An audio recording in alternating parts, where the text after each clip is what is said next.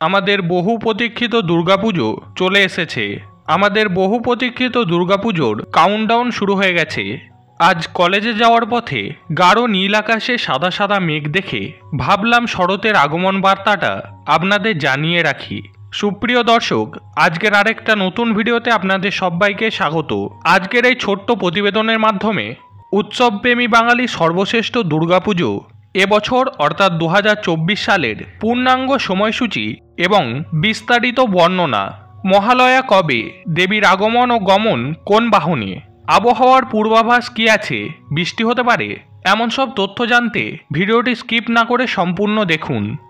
গোটা বছর যে যেখানে থাকুক না কেন, পুজোর সময় ঘরে ফিরতে মরিয়া হয়ে থাকে বিভিন্ন প্রান্তে ছড়িয়ে ছিটিয়ে থাকা বাঙালিরা। দুর্গাপুজো বাঙালির একটা আবেগ। সেই ছোটবেলা থেকেই ভোরের রেডিওতে বীরেন্দ্র কৃষ্ণ ভদ্রের কণ্ঠস্বর শোনার অপেক্ষায় কেটে যেত গোটা বছর।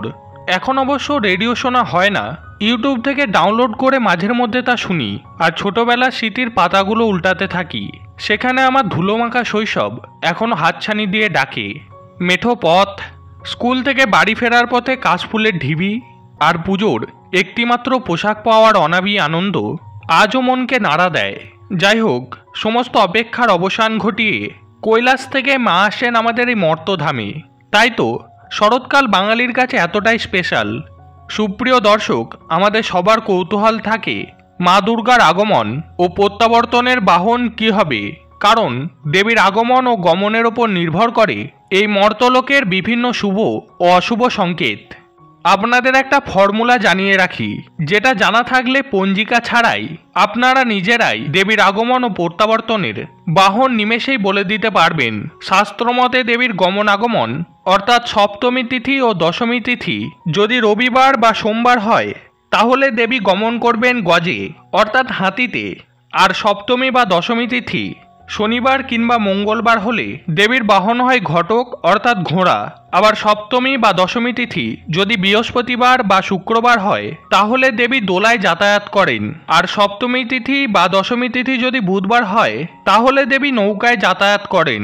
সুতরাং তাহলে সুপ্রিয় দর্শক, ক্যালেন্ডারে সপ্তমী বা দশমী তিথি কোন বারে পড়েছে তা দেখেই আমরা সহজে বলে দিতে পারি দেবীর বাহন কি, অর্থাৎ দেবী কোন বাহনে আসছেন আর কোন বাহনে যাচ্ছেন।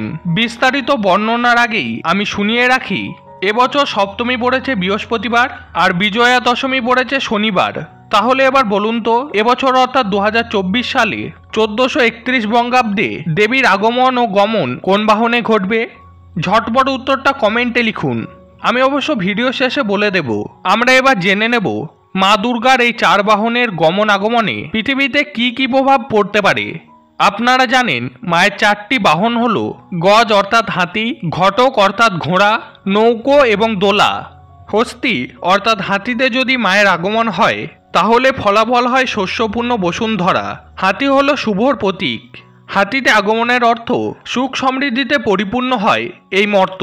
ঘোড়ায় আগমন হলে ফল হয় ছত্রভঙ্গ, অর্থাৎ দেবীর ঘটকে গমন বা আগমন হলে চরম বিশৃঙ্খলা এবং ক্ষয়ক্ষতির সম্ভাবনা থাকে।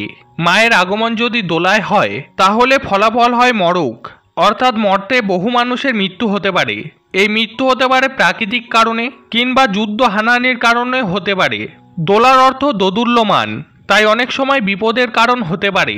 দেবী দুর্গার গমনাগমন যদি নৌকায় হয়ে থাকে, তাহলে বন্যা হওয়ার সম্ভাবনা থাকে।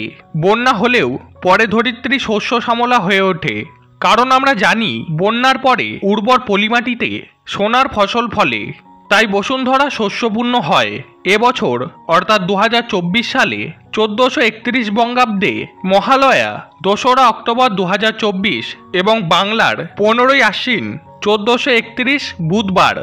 সুপ্রিয় দর্শক, আপনারা জানেন মহালয়ার ভোরে সমগ্র ভারতবর্ষ থেকে প্রচুর পুণ্যার্থীরা এসে গঙ্গাসাগরে তর্পণ করেন।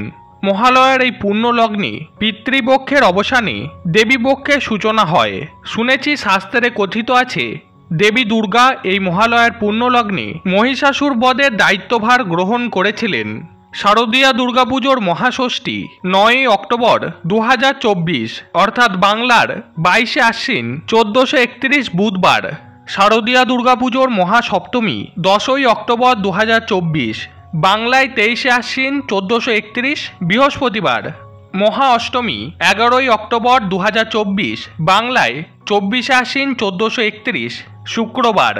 তবে পঞ্জিকা অনুসারে এবার শারদীয়ার মহানবমী এবং বিজয়া দশমী একই দিনে পড়েছে, অর্থাৎ 12ই অক্টোবর 2024, বাংলার 25শে আশ্বিন 1431, শনিবার। সুপ্রিয় দর্শক, আপনাদের আরেকটা বিষয় অবগত করে রাখি, এই বছর অর্থাৎ 1431 বঙ্গাব্দে তিনবার দুর্গাদেবীর আরাধনা করা হবে। এই বিরল ঘটনা ঘটবে 1431 বঙ্গাব্দে। এমনিতে প্রতি বছর 2 বার করে মা দুর্গা আরাধনা করা হয়। শরৎকালে শারদীয়া দুর্গাপুজোয় আমরা মেতে উঠি একবার, যা শ্রী রামচন্দ্রের অকাল বোধন নামে পরিচিত। আরও একবার বসন্তকালে দুর্গাপুজো করা হয়, যা শ্রী শ্রী বাসন্তী দুর্গাপুজো নামে পরিচিত। এটাই প্রকৃত দুর্গাপুজো বলে মনে করা হয়। বসন্তকালে ঘটে এই পুজো, কিন্তু এবছর 1431 বঙ্গাব্দে 3 বার দুর্গাপুজো হওয়ার কারণ হলো 1430 বঙ্গাব্দে মল মাস পড়ে যাওয়ার কারণে বাসন্তী দুর্গাপুজো বসন্তকালে হয়নি। সেই তিথি পিছাতে 1431 বঙ্গাব্দে বৈশাখ মাসের 2 তারিখে হয়ে গিয়েছে। তাই 1431 বঙ্গাব্দে পঞ্জিকা অনুসারে এই বছর মোট 3 বার দেবী দুর্গা আরাধনা করা হবে। সুপ্রিয় দর্শক, চলুন এবার জেনে নেওয়া যাক এবছর মায়ের গমন আগমন কোন বাহনে। এবছর মায়ের আগমন দোলায়, ফল মড়ক, এবং এই বছর মায়ের গমন ঘটক অর্থাৎ ঘোড়ায়, ফলাফল ছত্রভঙ্গ। তো বন্ধুরা, আজকের ভিডিওতে এই পর্যন্তই। আশা করছি ভিডিওটি আপনাদের ভালো লেগেছে। ভিডিওটি যদি আপনাদের ভালো লেগে থাকে তাহলে ভিডিওটিকে অবশ্যই একটি লাইক করে দিন, আর এই চ্যানেলে নতুন হয়ে থাকলে চ্যানেলটিকে অবশ্যই সাবস্ক্রাইব করে দিন। তো সবাই ভালো থাকবেন, সুস্থ থাকবেন। জয় শ্রীকৃষ্ণ, রাধে রাধে।